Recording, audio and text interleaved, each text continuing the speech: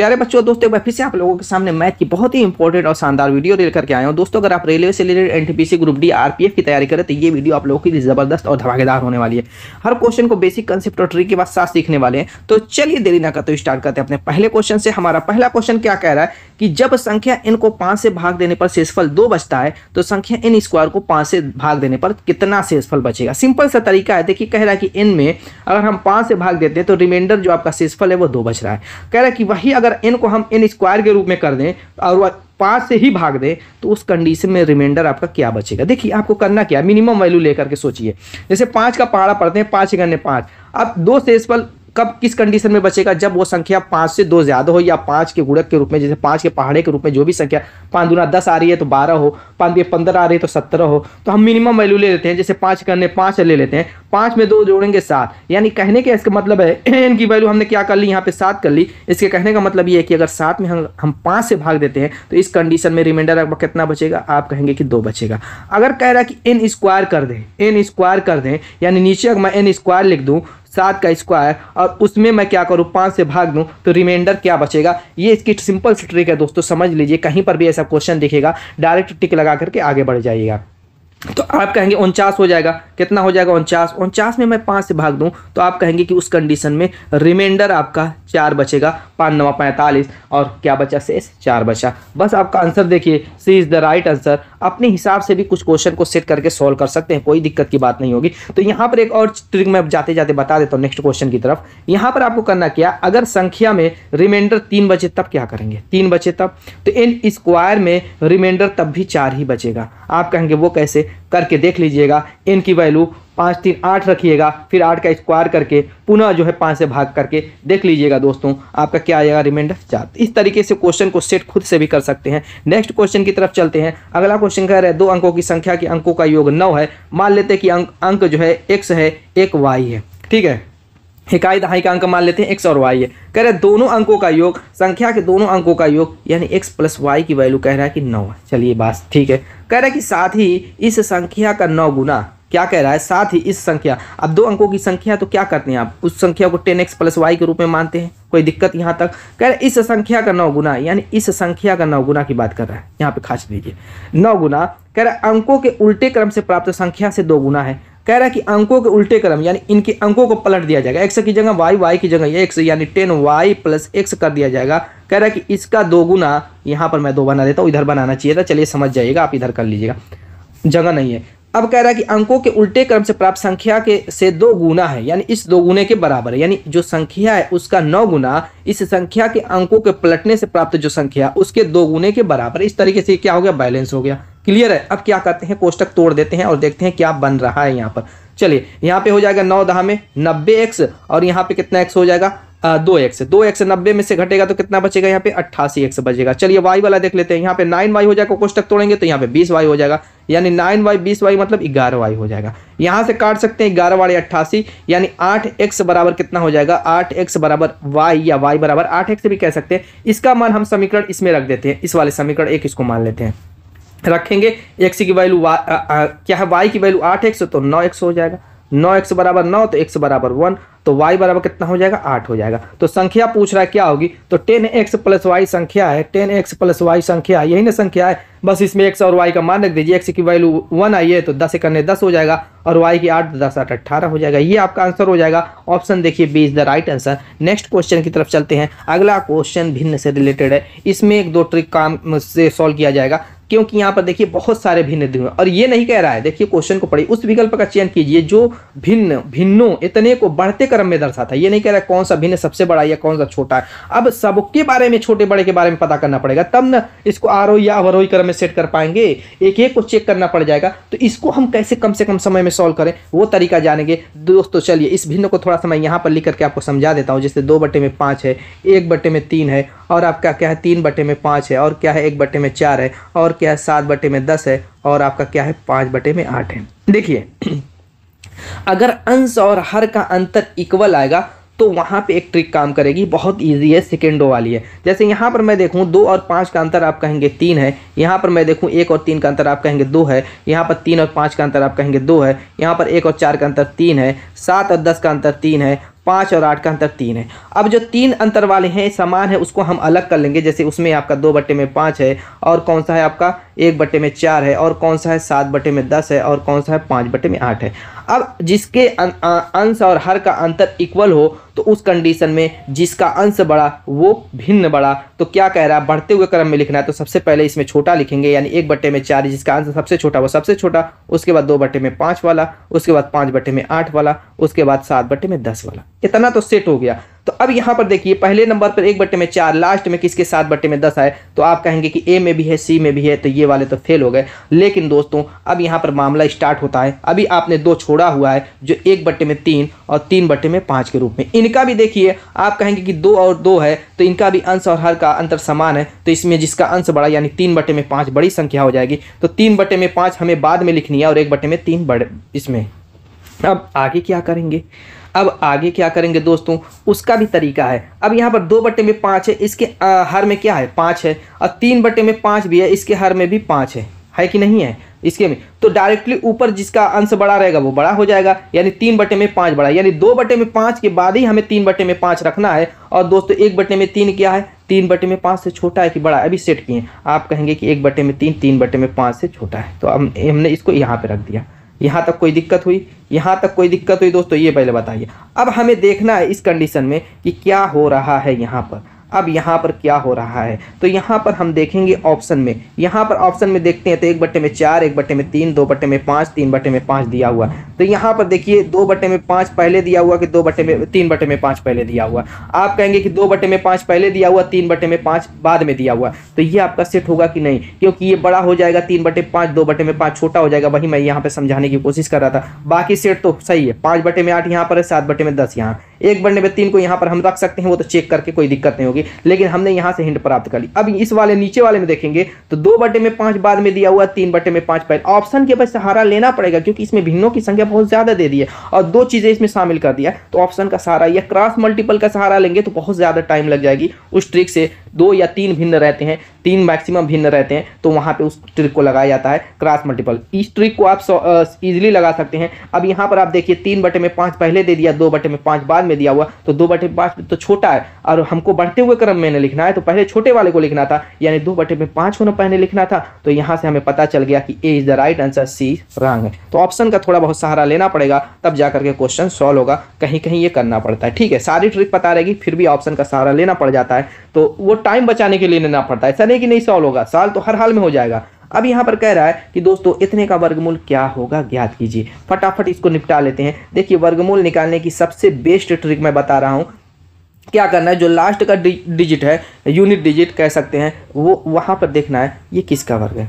किसका वर्ग करने पर आएगा, आप कहेंगे दोस्तों कि ये 3 का भी वर्ग करने पर आएगा 7 का, क्योंकि 3 का स्क्वायर आप जानते हैं 9 होता है और 7 का स्क्वायर आप जानते हैं क्या होता है 49 होता है। 49 में भी यूनिट डिजिट 9 आ रहा है, यहाँ पर भी 9 आ रहा है। तो 3 का भी वर्ग करने पर आपका 9 आएगा, 7 का भी वर्ग करने पर 9 आएगा, तो हम लिख लेंगे।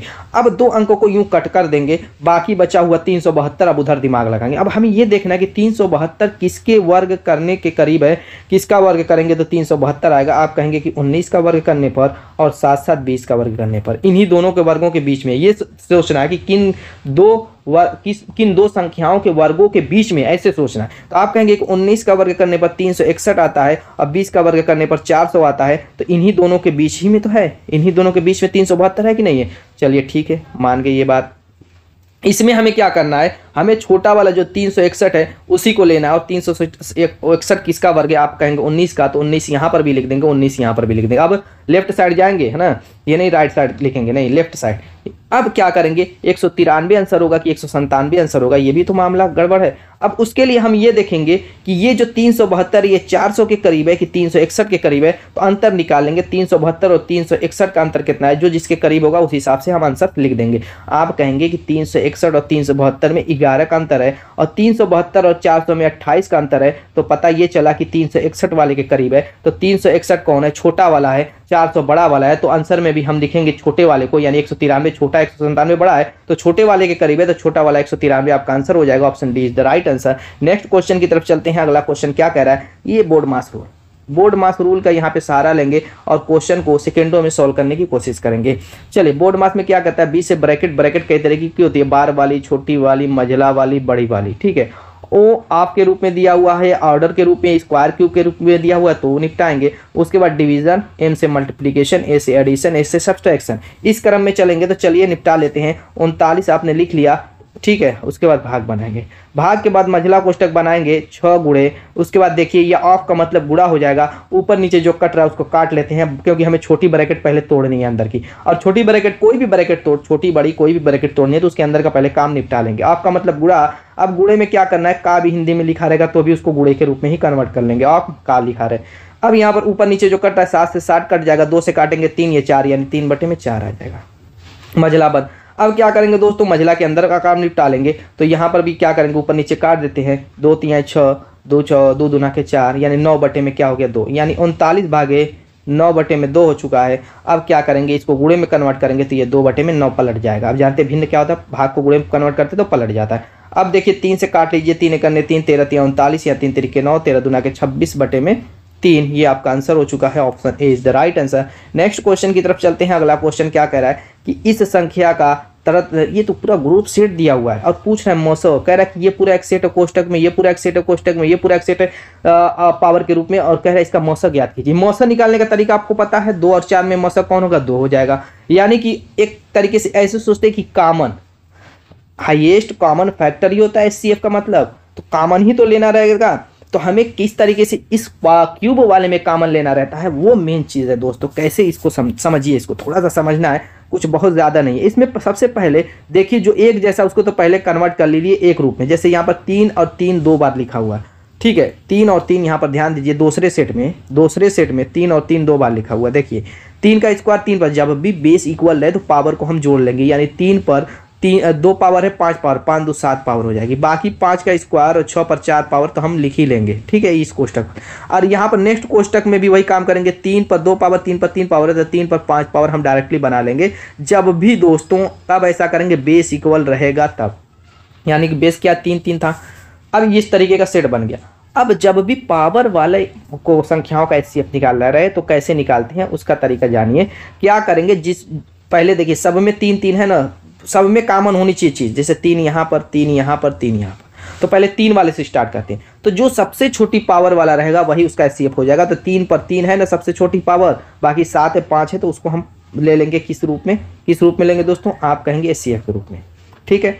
अब उसके बाद 5 पर 3 पावर है यहाँ पे, और उसके बाद यहाँ पर 5 पर 2 पावर है, यहाँ पर 5 पर कोई पावर नहीं, इसका मतलब 1 पावर है। तो हम क्या करेंगे, जो सबसे छोटी पावर होगी यानी 5 पर 1 पावर, उसको हम ले लेंगे। तो 5 पर 1 पावर लिखने की जरूरत नहीं, सिर्फ 5 लिख लेंगे। फिर गुणा बनाएंगे और 6 वाले को देखेंगे, यहाँ पर 6 पर 3 पावर है, यहाँ पे 6 पर 4 पावर है, यहाँ पर 6 पर 3 पावर है, तो सबसे छोटी पावर 6 पर 3 ही है, तो उसको हम ले लेंगे। अब आपको क्या करना है, आपको यहाँ पर निपटा देना है, गुणे के रूप में कर लेना है। जैसे 3 3 9 3 27 हो जाएगा, गुणे 5 हो जाएगा, 6 को 36 6 216 हो जाएगा। इसको गुणा करना है और इसका आंसर आप लोगों को कमेंट कर देना है। तो आप डिजिटल सम से भी जोड़ सकते हैं, कोई दिक्कत नहीं होगी, जैसे चाहें वैसे करके इसका आंसर कमेंट कीजिए। नेक्स्ट क्वेश्चन की तरफ चलते हैं। अगला क्वेश्चन कह रहा है, बैंक अरविंद को इतने रुपये का कर्ज देने के लिए तैयार हो जा रहा है। कितना है, 2,38,75,675 रुपये का, 697 रुपये का कर्ज देने के लिए तैयार हो जाता है। उसके व्यवसाय शुरू करने के लिए आवश्यक राशि से 17% कम है। 2,38,75,697 रुपया जो ये बैंक कर्ज देने के लिए तैयार हो जाता है, वो कह रहा है कि अभी ये 17% कम है। जो उसको व्यवसाय शुरू करने के लिए आवश्यक राशि थी उससे 17% ये कम है। यानी अगर उसको 100 रुपये चाहिए था तो ये केवल 83 रुपया हो रहा है। ये इसको अगर 100 ऐसे प्रतिशत में समझिए, अगर 100% चाहिए था धन तो वो केवल 83% बैंक दे रहा है और 17% कम दे रहा है। तो कह रहा है उसे कितनी राशि की आवश्यकता थी। एकदम सिंपल सा दोस्तों, बेसिक सा है, बस थोड़ा सा संख्या बड़ी दे दी है, यही थोड़ा सा गड़बड़ किया है, वरना ये तो क्वेश्चन हवाई है। आप कैसे करेंगे, आप कहेंगे कि 100 बटे में जितना कम है 100 में से घटा दीजिए, यानी कि 17। कितना हो जाएगा यहाँ पे घट करके, ये आपका 83 हो जाएगा। ये 83 से पूरा का पूरा कट जाएगा, एकदम पक्का है, फाइनल है, क्योंकि दशमलव में देख सकते हैं कहीं पर भी मान नहीं आया है। पूरा का पूरा ये क्या होगा, 83 से कट जाएगा। आप सोचेंगे 100 है तब दशमलव में आना चाहिए, नहीं आएगा। आप करके देख लीजिएगा, या डिजिटल सम से ट्राई कर सकते हैं, देखते हैं हो जाता है कि नहीं। यहाँ पे डिजिटल सम 100 का खत्म एक ही हो जाएगा, यहाँ पर एक बचेगा, कोई मतलब नहीं है। यहाँ पे 9 खत्म, आप देखिए आपका 7 2 9 खत्म, और यहाँ पर कुछ कट रहा है 6 से 3 9 खत्म। अब क्या है, ठीक है 7 5 12, 12 8 20, 2 0 यानी 2 बचेगा। नीचे देख लेते हैं 8 3 11, 11 का मतलब आपका कितना होगा 1 1 2, यानी कि डिजिटल सम आपका 1 आएगा। डिजिटल सम यहाँ पर 1 आ रहा है, तो यहाँ पर देख लेते हैं किसका आंसर का डिजिटल सम 1 आ रहा है। आपका कितना यहाँ पर 9 से 9 ये खत्म हो जाएगा, और यहाँ पर 7 2 9 ये खत्म हो जाएगा, और यहाँ पर 6 5 11, 11 वाट दोस्तों कितना हो जाएगा 19 हो जाएगा।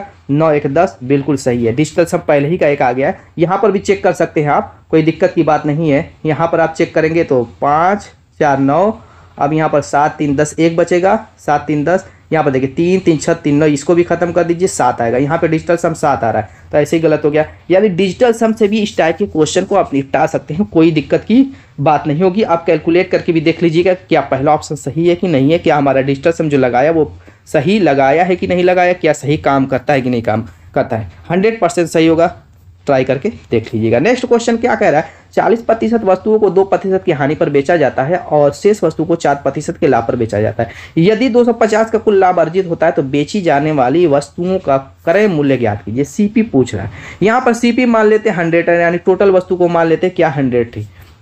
कह रहा है 40% वस्तु को 2% की हानि पर बेचा जा रहा है। क्या कह रहा है 40% वस्तुओं को 2% की हानि पर बेचा जा रहा है। मान लेते कि वस्तु 100 थी और इसमें से 40% का मतलब 40 वस्तु को 2% की हानि पर बेचा गया, यानी सेलिंग प्राइस यहाँ से पहले हम निकाल लेते हैं, अभी मामला सेट हो जाएगा। सेलिंग प्राइस निकालने के लिए क्या करेंगे, 40% वस्तु है उसको कह रहे हैं 2% की हानि पर। मान लीजिए 100 वस्तु थी, 40% का मतलब 40 वस्तु हो जाएगी। 40 वस्तु को 100% की हानि 2% की हानि पर, हानि निकालने के लिए क्या करते हैं 100 में से 2 घटाएंगे और बटे में 100 कर देंगे, ये हानि हो जाएगी। अब फिर कह रहा है कि और शेष वस्तु को 4% के लाभ पर बेचा जाता है। अब जब 40 वस्तु को हमने 2% की हानि पर बेच दिया तो शेष वस्तु कितनी बचेगी, आप कहेंगे कि शेष वस्तु आपकी बचेगी 60। तो 60 को कह रहा है 60 वस्तु को कह रहा है कि 4% के लाभ पर बेच रहा है, यानी कि इसमें क्या करेंगे 100 में 4 जोड़ देंगे, लाभ रहेगा तो 100 में जोड़ेंगे, अगर हानि रहेगी तो 100 में से घटा देंगे, अब बटे में 100 लिख देंगे। ये आपका हो गया। और इन दोनों को जोड़ने पर हमारा सेलिंग प्राइस प्राप्त हो जाएगा 100 वस्तु का। अब जो कट रहा है काट लीजिए फटाफट, ये 0 से 0 कैंसिल, ये 0 से 0 कैंसिल, 100 में से 2 घटाएंगे 98, 98 चौको कितना हो जाएगा, आप कहेंगे कि 392। 392 का मतलब हम 10 बटे में है तो 39.2 लिख सकते हैं इसको प्लस।